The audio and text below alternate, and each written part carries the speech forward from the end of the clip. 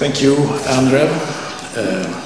Let me first say that I am very happy to be here in Arkhangelsk. Спасибо, господин консул. Начну с того, что выражу свою признательность за то, что я здесь приехал в Архангельск.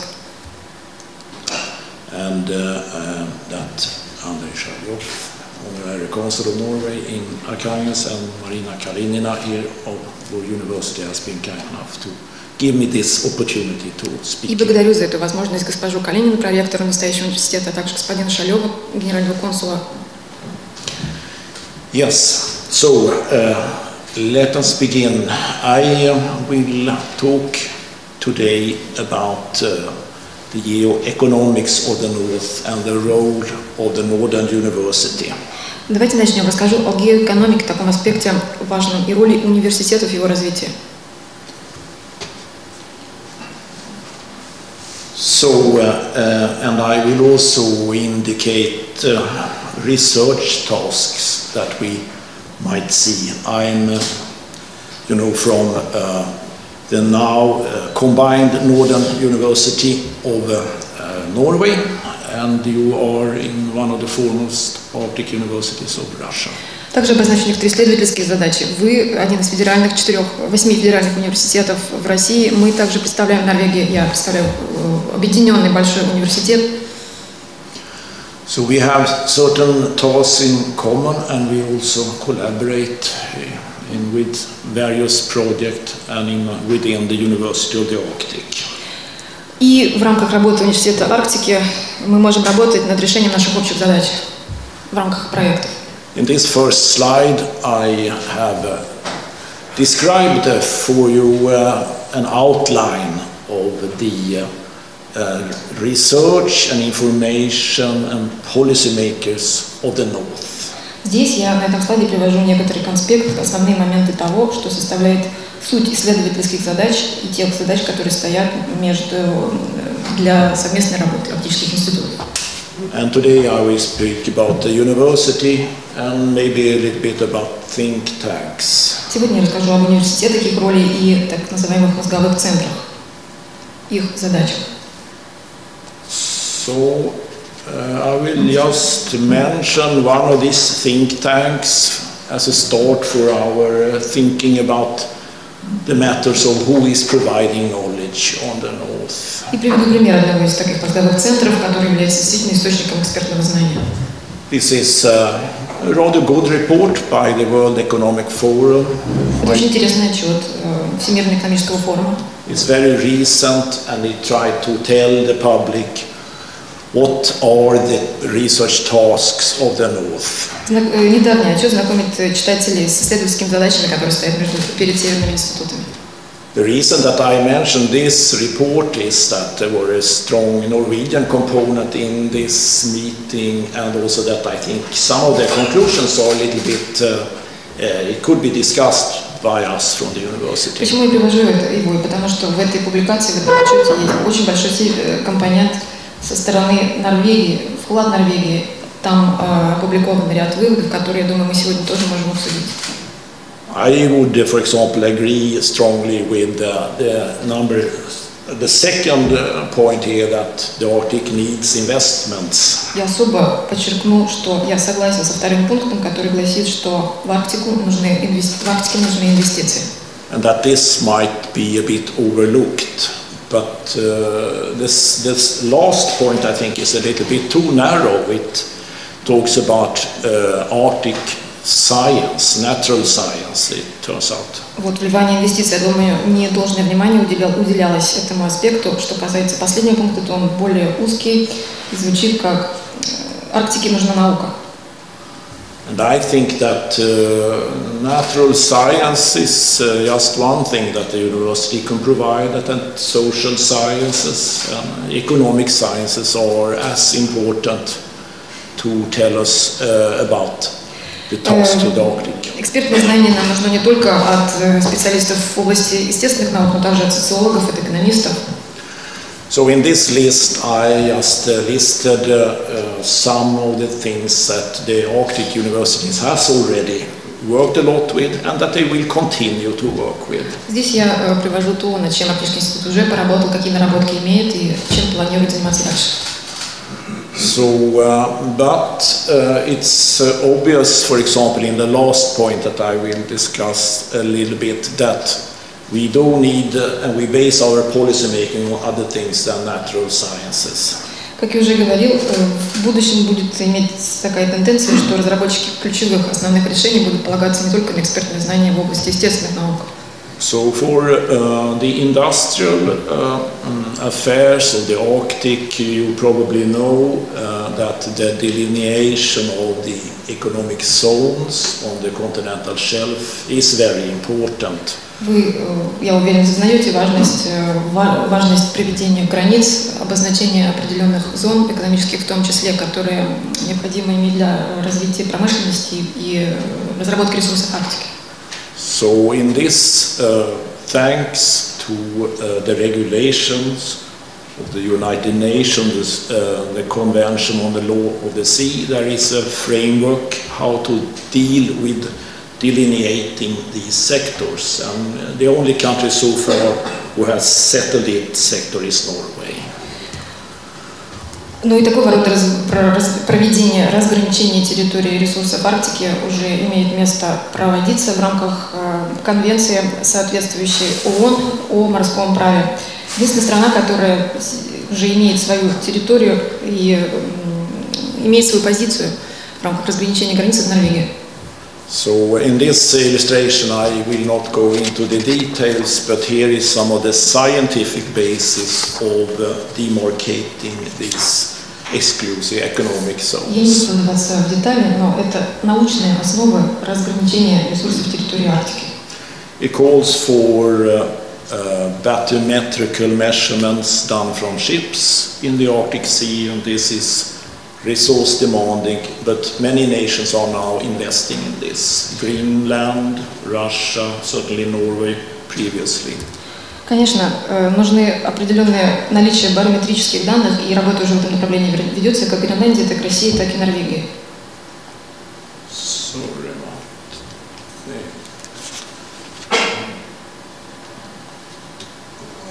So this kind of science produces these nice maps of the bottom of the Arctic Ocean, where you can see the shelves. Таким образом, на основе исследований мы получили такую карту морского дна. But in fact, if you look at the Norwegian zone here, it's only, if you can see now, the marker is hard to see there, but it's only on the top where you really do have this scientific criteria to demarcate the zone. Что касается Норвегии, то самая хорошо прослеживаемая позиция проведения границы, научно подтвержденная, имеется только на северной части, хотя на остальной части территории граница видна. So there you use pure science, but in settling all of this Norwegian zone, you had to negotiate. Normal international law, normal bargaining in politics, and therefore, for example, this disputed zone between, Ну и чтобы прийти к соглашению по всем аспектам, конечно, необходимо вести сотрудничество с политиком всех стран для того, чтобы спорные области экономического влияния распределить. The eastern side of this was settled based on, I would say, geo-economical logics. Я бы сказал, что эта карта отражает логистическое видение Евросоюза. So when this took into consideration the rich potential for hydrocarbons that is in this area. И камнем преткновения здесь, конечно, являются углеводородные ресурсы. So we do use social sciences, politics, bargaining and economics to solve these zones. То есть механизм политического влияния путем переговоров, знания социологов, экономистов, экспертов в естественных науках, оно все нужно. Then I like in this report there are a set of myths that they are discussing, and you can see this you can download this on the internet. I agree with all of these, and I will not discuss this so much today. И, как я уже говорил, в обозначенном отчете приводится ряд мифов, касающихся арктической территории. Этот отчет можно скачать, ознакомиться с ним. Я согласна со всем, что здесь обозначено. Не хочу сейчас уходить в подробности.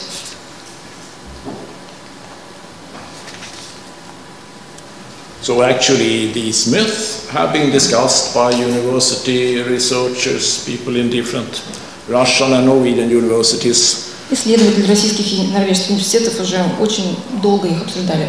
For several years, and I've been writing with good Russian colleagues a bit on this, and it's not a news really that you might think reading from the think tanks, but we have a discussion of these matters going.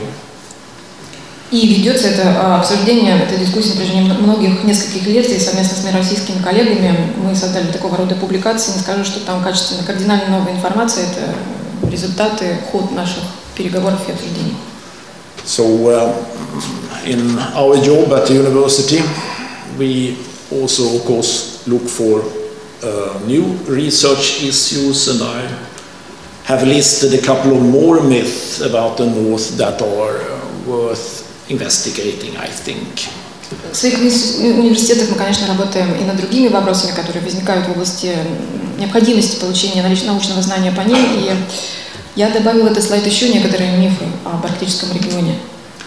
For example, I think in the Nordic countries, at least, we have a lack of understanding of the importance also for the future of the raw material industry. В северных странах мы широко обсуждаем важность развития промышленности. Many people think, I would say, in, for example, Sweden, that in the future all new jobs will be in the IT sector, in computing. В Швеции, например, тенденция заключается в том, что большее количество рабочих сил потребуется в секторе информационных технологий, высоких технологий. But certainly in Sweden, Finland and Russia, mining will be of continued importance. Плюс ту же важность будет сохранять горнодобывающая промышленность в таких странах, как Швеция, свою важность будет сохранять Швеция, Финляндия и Россия. So we will not go into a post-industrial society where we don't need minerals and metals or oil and gas for several years.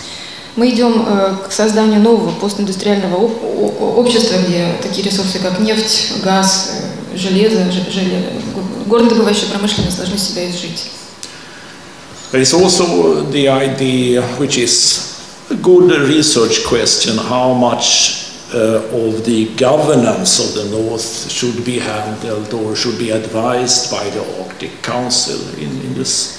Плюс еще один вопрос для исследования, для наших новых исследований является количество и объем управления этими территориями со стороны Арктического совета. So I had a lecture in Finland, and I put up this discussion where you a bit questioned the Arctic Council's role, and everyone was very surprised. Я по этому этот вопрос осветил в своей лекции, которую я читал в Финляндии, и, в общем, аудитория очень... There is a lot of thinking that the Arctic Council would be able to settle so many matters. I think the Arctic Council is developing, and it has now a larger group also of non-Arctic states at its table, and this is good, but otherwise there are these problems that I list here, and I will not go so much into it now. Аудитория очень заинтересовалась. Общее мнение сводится к тому, что Арктический совет действительно призван решить большое количество вопросов, и он может это сделать. Кроме того, численность этой структуры расширяется путем привлечения членов из государств, которые не являются арктическими. Здесь хорошо это или плохо, об этом ведется дискуссия, можно много говорить. Здесь я как раз привел некоторые недостатки работы сотруднической в рамках формате Арктического совета. Не буду сейчас уходить в подробности. So if you think more like an economist, you might think that the different nations might want to try different northern policies a bit and strategies, and it might be good that we don't try to have just one way of dealing with the Arctic. точки зрения экономиста, например, сказал бы в этой ситуации, что страны продвигают свои собственные стратегические интересы и принципы. И, в принципе, может быть, это даже хорошо, поскольку развитие Арктики, использование ресурсов в одном формате, путем видения одной какой-то структуры, это не очень хорошо. There is also discussions about the collaboration in the Barents region, how this regional development work, how it can fit in with the Arctic Council's work, and this is not uncomplicated. Плюс сотрудничество в рамках Баренцева региона. Каким образом можно его будет интегрировать в рамках такой глобальной структуры, как Арктический совет? Это еще один вопрос. So this work that we do in the Barents regional cooperation among the universities and among business in some degree, in growing degree, this is a little bit of a different thinking than the Arctic governance as such, I would argue. Я бы сказал, что то сотрудничество, которое сейчас ведется с институтами, университетами, предприятиями, бизнесом в рамках работы пиара, в принципе, никаким образом отличается от того формата, в котором работает Арктический совет. So not only new countries like China, but also maybe the Barents region should enter or have a constructive contact with the Arctic Council in the future. I don't know, it's a question. Еще одним вопросом для меня в том числе является, каким образом и в какой степени такие страны, как Китай, будет сотрудничать со странами, входящими в состав Баренцевого региона. Каким образом они выстроят свой конструктивный диалог? So and then a question of old and dirty industry, of course, with the metallurgical industries of the north.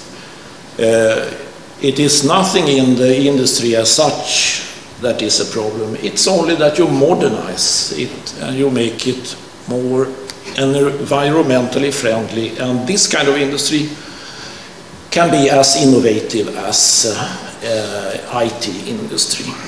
Ну, что касается загрязняющих отраслей промышленности, как то металлургическая и работа соответствующих предприятий на севере, надо сказать, что сами по себе они угрозы не представляют, что им надо это обновить свои технологии, стать более дружелюбным, более незагрязняющими.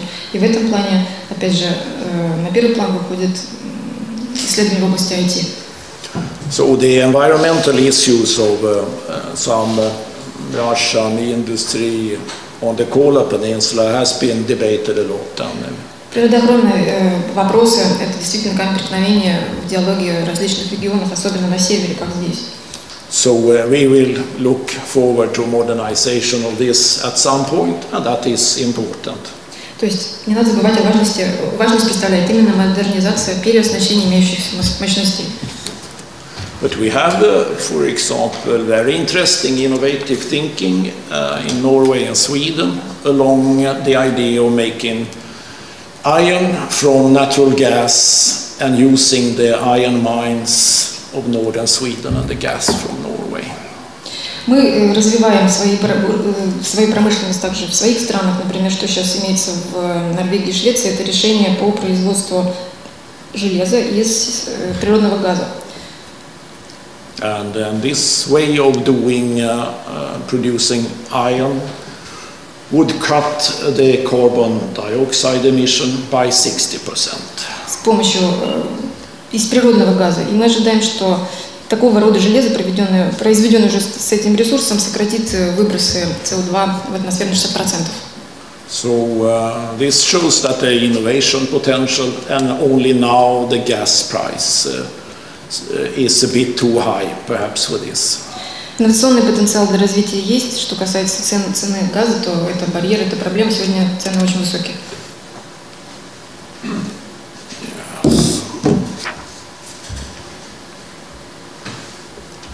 So I would like to suggest as one research topic for our universities that combines both scientific but mostly economic knowledge is the question of energy transition. Переход на новые источники энергии, на новые энергоносители – это вопрос, который бы я обозначил как важный для развития наших исследовательских интересов совместных с вами. The first point I mentioned here is also something that we in Scandinavia at least seldom study, the state-owned large industrial enterprise. Чтобы я начал, и это будет начало исследования будет нетипичным для Норвегии, это исследовать работу и формат работы структуры крупнейших промышленных гигантов, в которых в некоторой доле участвует и государство. I think it is because we often think in market terms and in only private ownership of industry. But if you look globally in Russia, China, but also in Sweden and Norway, the large partly state-owned company is very important.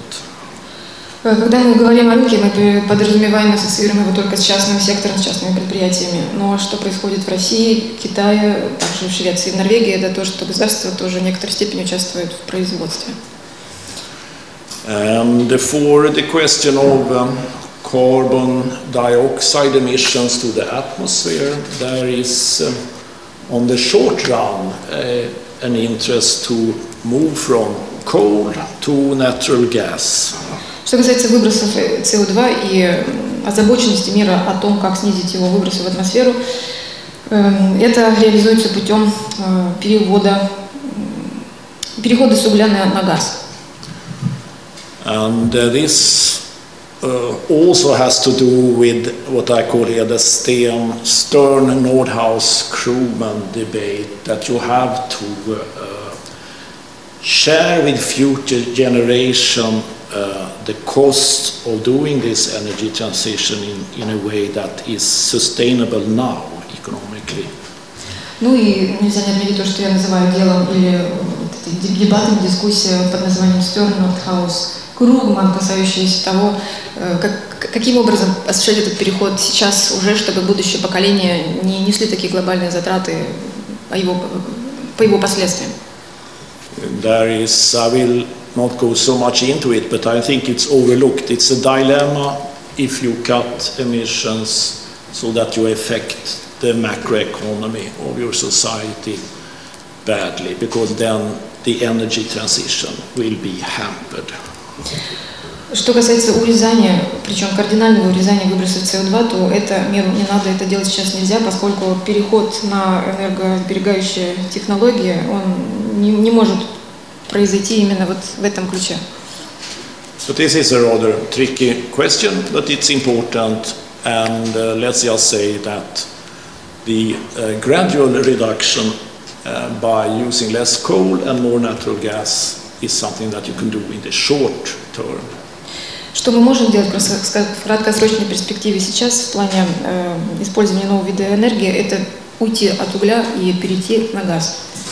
And of course, from Russia, a lot of the gas is sold to Central Europe and to Germany, and this is already of extreme importance. Россия сейчас активно продает свой газ на север, в Центральную Европу и Германию. If we look at an energy transition, a change to another kind of energy, there are actually many examples in economic history that might be interesting to know more about. На данном этапе, но говоря опять же о переводе мощностей на новые источники энергии, положительные примеры уже есть. So it's both a matter of upstream technology, and it's also a way of the consumer's behavior that they would be prone to use natural gas instead of coal. Все упирается в сектор апстрим, разведка и добыча соответствующего сырья, и также приоритеты поведения покупателей. Захотят ли они уйти от угля на новый вид энергии? So I argue this is one field where a proposal to some of the research foundations would be strategically motivated. Перейти на новое сырье. И в этом плане решения таких известных исследовательских институтов, они, конечно, будут выходить на передний план, и их рекомендации. So this map shows a bit of the strategic thinking in Norway. Стратегическое видение Норвегии. And of course, Norway already, as Russia does, play a big role in providing Western Europe and Europe with gas. Норвегия, как и Россия, играет большую роль в поставке газа, в обеспечении газом Западной Европы.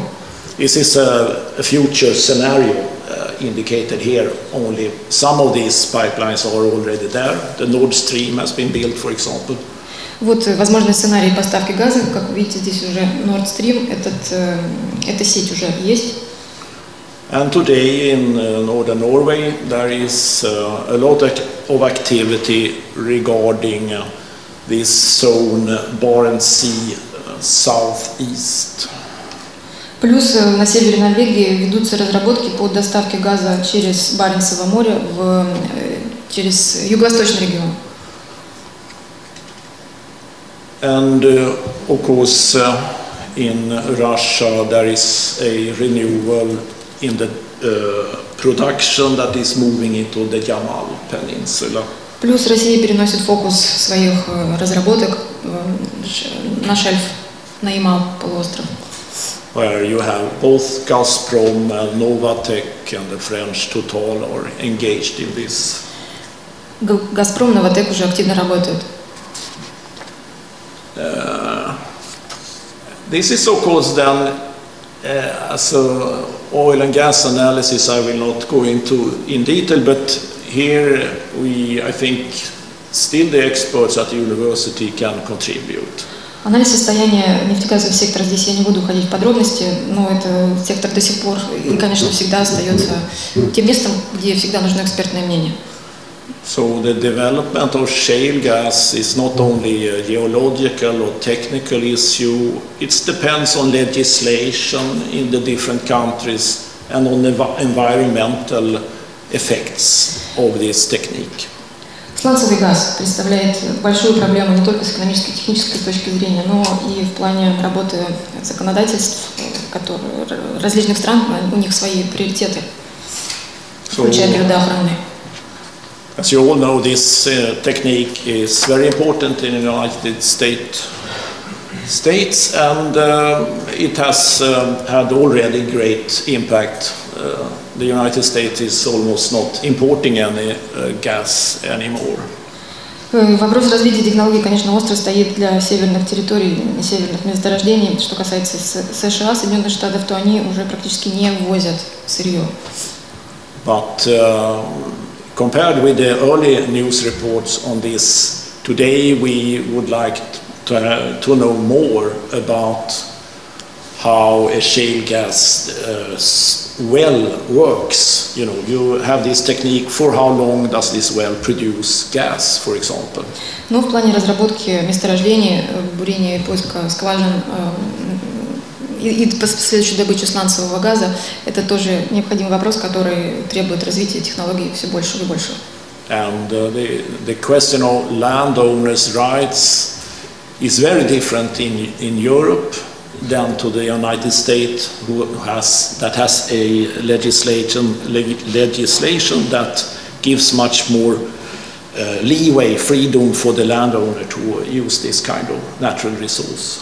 Ну, что касается, тут нельзя не отметить и землепользование, на которое все это будет завязано. В Европе этот вопрос стоит особо остро, в отличие от США, где законодательство предусматривает некоторые лазейки для землепользователей с тем, чтобы они разрабатывали то, что они имеют разработать. So many say that in Europe, Poland will be the test case on this kind of energy. Все говорят, что в Польша станет той ареной, где новые технологии по добыче сланцевого газа найдут свое первое применение. And this is because in Poland the political opinion is for trying to exploit this, and it will be very interesting then to see how this works in practice. Так уж настроены политические круги Польши, они очень настроены на то, чтобы внедрять и апробировать эти технологии. And this, I think, is again a combined research task where you have technical, natural scientific, but also social scientific issues to deal with. И опять же, технологические вопросы социологического знания, естественных наук, экономического – это все, что позволит нам создать общее исследование, направление наших исследований. These are just the major deposits that are there in the United States, and I will not go into it, but it is a lot. На слайде показано месторождение на территории США, я не буду уходить в подробности сейчас. And this is a real change, of course, in energy for the North American countries. Ну а так видится рынок соответствующих ресурсов в Северной Америке. If we look more on Europe, the photo to the right here is the new Prime Minister of Norway, Erna Solberg, on her first international call, which went to Germany, where she saw the Chancellor, the German Chancellor. А теперь перенесемся в Европу. Это премьер-министр Норвегии, и она уже побывала на первой встрече с германским канцлером по вопросам добычи угольных месторождений, разработки. And this is another area of research and forecasting, which is interesting in this energy transition. Ну и вот очень интересного рода исследования ведутся сейчас в этом регионе на предмет перехода на новый энергоноситель. Because this major customer that Germany is are also having a political complicated domestic complicated picture that very much guides and governs its preferences as a buyer of gas. Германия видит себя как главным образом покупателем, закупщиком газа. Это новое видение, новое решение, которое приняли политические круги. So in Germany, the renewable kinds of energy are subsidized by the state. Развитие возобновляемых источников энергии будет финансироваться, субсидироваться государством. So if you look at the diagram there, you can see how today renewables are at least 24% of the electricity energy in Germany.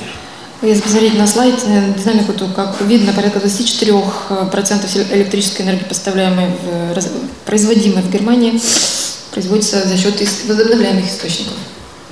But on sunny and windy days, this share is almost doubled, and this means that to sell gas to Germany, you have to have special deals that compensate that you reduce, for example, your export on those days. Ну, а в ветреные и солнечные дни, как вы понимаете, доля этих источников альтернативных производств энергии в общем объеме повышается. И для того, чтобы Германия закупать газ из других регионов, им действительно нужно иметь вот этот показатель своей электроэнергии из возобновляемых источников энергии на очень низком уровне.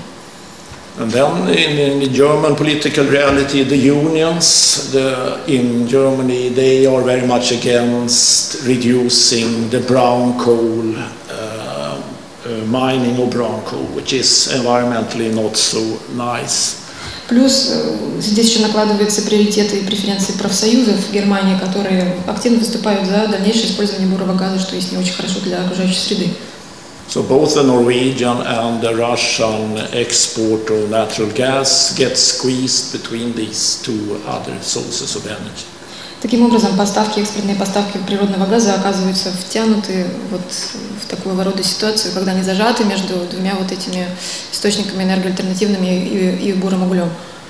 So I think this is an exciting, complex situation also where socio-political studies can contribute quite a bit to our understanding. Ну и чтобы решить, определиться по данному вопросу, требуются еще дальнейшие социальные, политические исследования.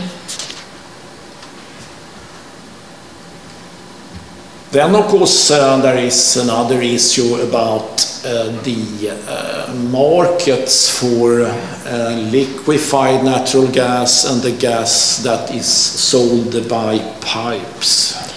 Следующий вопрос – это рынки СПГ, сжиженного природного газа и пути транспортировки. And I know that my colleague from Norway, Remi Strand, sitting over here, is not very much in favor of liquefied natural gas. Мой коллега Реми Стран, который здесь с нами, я знаю его позицию, он не очень хорошо настроен к СПГ. So this is a political issue also. It's a regional issue of northern Norway too. But it has a bit to do with how customers would like to, if they would like to switch to natural gas. Liquefied natural gas is attractive from a market point of view. You don't have to invest in the pipelines. Конечно, это политический вопрос, региональный вопрос стратегического видения северных регионов. Но все упирается в то, каким образом будут ли настроены покупатели, они будут настроены на перевод своих мощностей на данный вид энергии, ЛНЖ. Что касается рыночных приоритетов, то, конечно, людям нужен он, потому что инвестиции в его доставку каких-то глобальных не будет требоваться. Не надо строить новые трубопроводы. So where I live in northern Norway, this is not so far from this plant in Hammerfest, where natural gas from Barents Sea is condensed and shipped out on these special gas tankers. Это установка по сжижению природного газа в Хаммерфесте, а я живу недалеко. Именно сюда поступает газ, добытый в Баренцевом регионе, для дальнейшего сжижения и отправки, отгрузки. So this plant then it makes employments in northern Norway, and this makes it important and popular regionally. Очень регионально центрообразующее для северного региона это предприятие является. Здесь работает много людей. And then for Central Europe and Europe, there are opportunities to be more flexible in the way you buy gas by buying this liquefied form. Ну и, конечно, закупка СПГ Центральной Европы и вообще всей Европе дает и некоторые преимущества. So this is just one harbor in Lithuania, I think it is, where in Klaipėda you can have this kind of facility. Латвийский порт, например, в Клайпеде где-то можно будет установить вот такого рода установки. So compared to many other investments in oil and gas, this site with a floating factory for regasifying liquid gas represent a much smaller investment than. Что касается инвестиционных вложений, то, конечно, вложение на установку вот такой регазифицирующей установки по добыче газа из сжиженного обратно будет намного дешевле, чем вложение в какие-то новые месторождения газа. So this is just an example of the exciting technological and political issues connecting with this energy transition. Вот такого рода возникают как технологические, так и политические вопросы в связи с переходом на новый вид топлива. Yes. There are, I would like to comment on one more theme here, and that is also the question of public investment and the role of the state. Хотел бы прокомментировать еще один такой важный вопрос, как участие государства. I think we can learn quite interesting things from each other in Norway and Russia. Думаю, в Норвегии и в России этим странам есть чему друг у друга поучиться. For example, I think that the development on the Norwegian side of the Barents Sea shelf, with its well-regulated and well-known system of rights for drilling and production, could be of interest for Russia to monitor at least and see how it works. Что касается России, то она может подчеркнуть ценный опыт в Норвегии в плане работы сектора бурения, сектора добычи нефти, который уже хорошо отлажен и имеет устоявшуюся систему в Норвегии, в своей части Баренцева моря, на континентальном шельфе. So on this Norwegian side, there's a lot of international enterprise engaged today. На данном шельфе работает большое количество межнациональных ТНК, транснациональных компаний. But what I think would be interesting to study more is to look at how infrastructure is built in Russia. Мы со своей стороны можем проследить то, каким образом развивается и обновляется инфраструктура в России. So in the Nordic countries there is a tradition of discussing state investments a lot, and rather little is these days made out of it. В северных странах очень любят обсуждать такой вопрос, как участие государства в такого рода проектах. И, в принципе, пока только говорят, и никаких практических наработок пока нет. Whereas I think in Russia it's very obvious that major infrastructural investment has to be done. So here you have a more of an openness for state engagement and really big investments.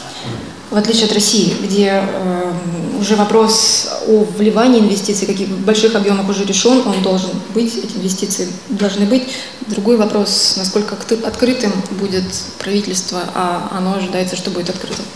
So this is to simplify to say that I am aware of that, but I think it's interesting to look at the Yamal Peninsula, the Sakha Republic, the amount of money going into railways and all of this that is needed to get raw minerals and assets of nature into the economy. Я, в принципе, хорошо слежу, осведомлен о том, что происходит в России, о тех проектах, которые ведутся на Ямале, на Сахе, в республике Саха, и какого рода вложения, в каком объеме делаются в развитие железнодорожной сети, в добычу минеральных богатств.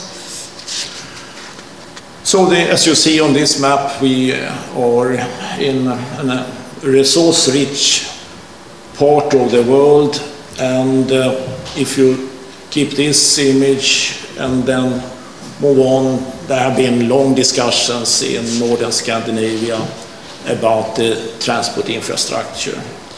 На этой карте хорошо видно, что наша регион и природа не обделила. Мы, в принципе, очень богаты природным сырьем. И возникает следующая дискуссия о развитии транспортной инфраструктуры в северных регионах.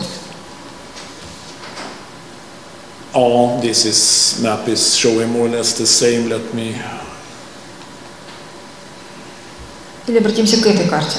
In our neighboring country, Finland, there have been discussion about how the mineral-rich north of Finland could be benefiting from improved transport structure, and that would be railway.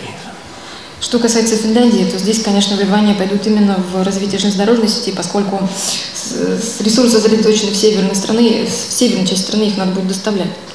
And you can see Kirkenes, where I'm living up there on the northern end, and this is a strategic harbor position in this discussion. Что касается Норвегии, Киркенес, это место, где я неподалеку от него живу. Киркенес позиционирует себя как очень солидная перевалочная база, которая определенное влияние будет иметь. But this proposed railway has been discussed for decades, and the black lines are the present railways, and the red one is the discussed part. And there is of course the cost of capital. There is capital around in Norway, and there is a will in Finland. But we will see how this works. Вот сценарий, который уже обсуждается 20 лет. Черным вы видите имеющуюся железнодорожную сеть, красная — это то, что проектируется. В принципе, капитальные вложения готовы делать и Финляндия, и Норвегия, и сейчас ведутся переговоры. And I think, again, collaboration among think tanks and universities, we can have a broader look at this and maybe motivate investments even better. Ну и в рамках сотрудничества так называемых мозговых центров в наших университетах мы можем озадачиться вопросом, каким образом простимулировать инвестиции еще в больших объемах. And this, I think, is important to realize the potential of these investments. For example, with the railway I just discussed, it was only recently pointed out that this might actually be a way to sell natural gas by transport on railways in pressurized tanks for this. Но странам разработчикам решения необходимо хорошо осознавать тот потенциал, который несет в себе развитие инфраструктуры, а он действительно большой в развитии железнодорожной сети. Yes. Что касается поставки ЛНЖ, СПГ, то здесь, конечно, он будет поставляться в цистернах под давлением, и без ЖД дорог не обойтись. So let me end with this slide pointing out also the really long geographical lines of this. This is one colleague of mine in Moscow, Lev Voronkov, has been into the Beata collaboration and pointed out that Russia can also be a land bridge if you take a wide perspective of this all the way to the southeast. Ну и завершая свой комментарий по этому вопросу, на этом слайде скажу, что здесь вы видите обозначено очень важное для России месторождение угля, которое разрабатывалось и в котором участвует большое количество заинтересованных сторон, которые работают также в рамках Биаты, транспортной зоны. Они пришли к выводу, что Россия будет играть ключевую роль как именно наземный мост между Европой, особенно его юго-западной частью. So with this, I think I have spent enough of your time, and we should open for questions or remark. На этом позвольте пока закончить. Пожалуйста, вопросы, замечания, комментарии.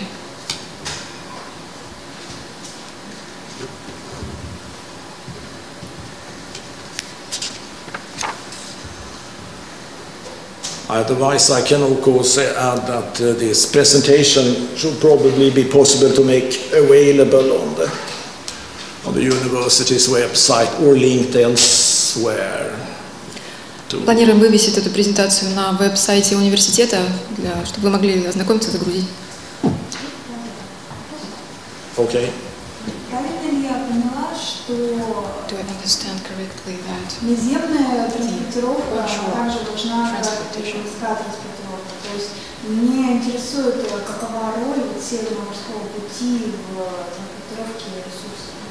What I'm interested in is what role do you think the Northern Sea route would be playing in this global vision of LNG transportation scenarios?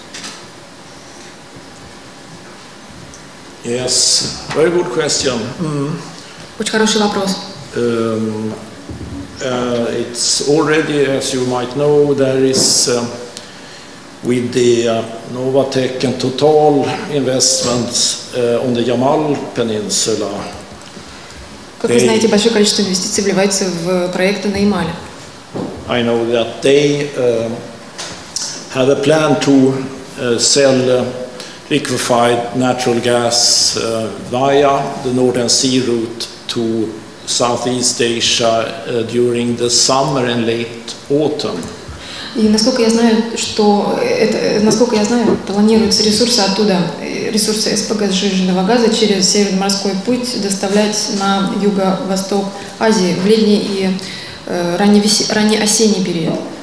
Whereas in the winter time they are then going to direct this transport west and sell it into Western Europe.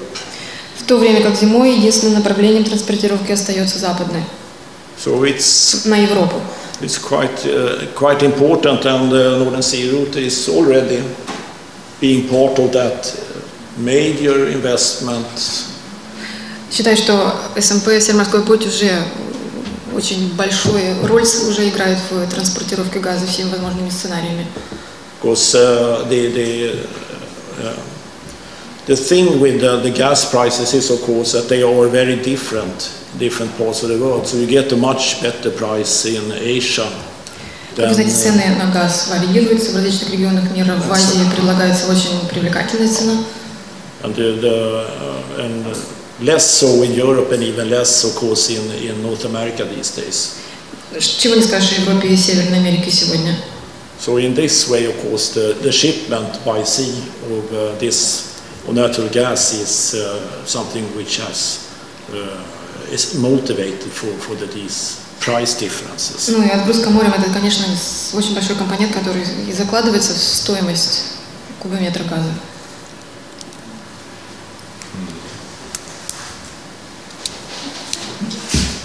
Thank you for your lecture. Большое спасибо за выступление. On your map, you have both the western passage and the eastern passage. Восточный проход и западный проход обозначен на вашем слайде. It is commonly understood, I think, that the ice conditions in the western passage is much more difficult than in the eastern passage. Считается, что ледовая обстановка на западном проходе намного сложнее, чем в восточной части.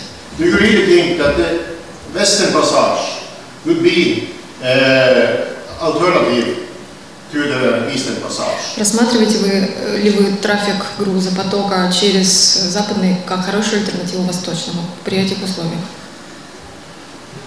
Yeah, this is also a basic and important question. Это важный вопрос. So Arctic melting will be, as you know, uneven, and the last area where we will see reduction in ice is to the north of the archipelago of Canada. Таяние арктических льдов будет происходить не повсеместно, и где мы всегда будем видеть лед, это северное побережье Канады, арктической части Канады. But this map is good in that way that it indicates that you can then try to go inside of the archipelago to avoid some of the ice. Чем хороша эта карта, она показывает возможность прохода через архипелаг, чтобы уйти от льда, от льдов. And there is a conflict between the United States and Canada regarding how free this passage is and how this strait should be understood in the terms of the law of the sea. Ну, вот этот вот пролив, который обозначен на карте, конечно, является спорным вопросом в дебатах между Канадой и США. So in Canada they are regarded internal seaways, and in the United States they are compared to the Malacca Strait instead. Канада за внутренние воды, а США именно за этот пролив. But I don't think that aspect should be overemphasized, but it is longer in coming, this seaway, but the Northern Sea route is already there and important. Да, конечно, надо иметь в виду возможность перевозки грузов через этот путь, но он дольше, чем Северный морской путь, а Северный морской путь уже работает. And within a couple of years, when we see more of the specially built ships for trafficating the inner part of the Northern Sea route, then I think we will see also very important growth in the tonnage on that side, but we don't see anything equally in the west. В последние годы происходит модернизация судов, создаются новые, способные пройти во льдах суда. И я думаю, что на Северном морском пути мы еще увидим увеличение грузопотока. Yes. Спасибо большое, очень интересно. Thank you very much for your interesting presentation. Вопрос такой, мы стоим на пороге индустриализации Арктики. We are approaching more and more development, industrial development in the Arctic. Всегда конкуренция. And industrial development means competition. Competition on the governmental level as well. What is your vision of the relations between Norway and Russia in future from this point? What are the tendencies in these relations to grow? Do you think that there will be economic interests colliding, and what sort of solutions might be arrived at? Yeah, thank you for your question. Спасибо за вопрос. I think there is a smaller and a larger scale to the question. Конечно, его можно рассматривать и при ближайшем рассмотрении, и в довольно увеличенной перспективе. On the rather regional scale, you have the competition for harbor business, for example. В региональном уровне конкурировать между собой будут портовые предприятия.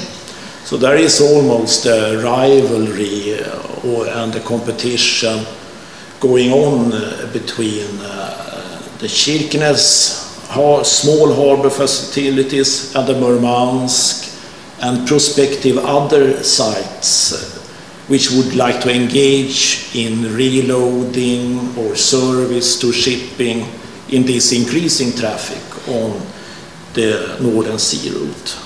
И такого рода конкуренция уже имеет место быть между киркенесскими портовыми службами, портовыми предприятиями и мурманскими. Плюс будут возникать новые поставщики услуг, которые захотят в других портопунктах осуществлять перевалку, предлагать ее, а также обслуживать суда. Все это будет связано с работой Североморского пути. So this, I think, we will see more of that, and anyone who engaged in the idea of benefiting their hometown or their favorite transport hub will always fight for that alternative. И, естественно, заинтересованные стороны, которые хотят видеть процветающим свой регион, свое место, они всегда будут бороться за это. Then, as you might know, there was a big project around the offshore gas deposit of Stockman that was closed down. Плюс проект Штокман, который на сегодня немного заморожен. And this was a nice Norwegian, French, Russian collaboration. И он как раз был примером очень плодотворного сотрудничества России и Норвегии. So today, it's interesting in the way that the Norwegian side of the Barents Sea shelf are seeing Russian companies coming. Интересно проследить, как приветствует, как тепло встречает Норвегия своих российских партнеров на другой стороне Баренцева моря. So I think by building experience to collaborate business-wise in this sector, maybe we'll also facilitate the logic of the industry to collaborate. Ну, я думаю, путем организации сотрудничества между предприятиями на основе таких бизнес-то-бизнес партнерские форматы, они как раз и зададут логику и дальнейший сценарий развития транспортной инфраструктуры. So the logic for collaboration, otherwise for security reasons, are strong, and it's going to be hard to say exactly how the negotiations on the exclusive zones will go. It's hard to say. Ну, логистика – это одна сторона медали, другая сторона – это вопросы безопасности, и вот в этом плане неизвестно, к какому соглашению еще стороны придут. Yeah, that would be my kind of summary. Вот так бы я подытожил свой ответ на ваш вопрос.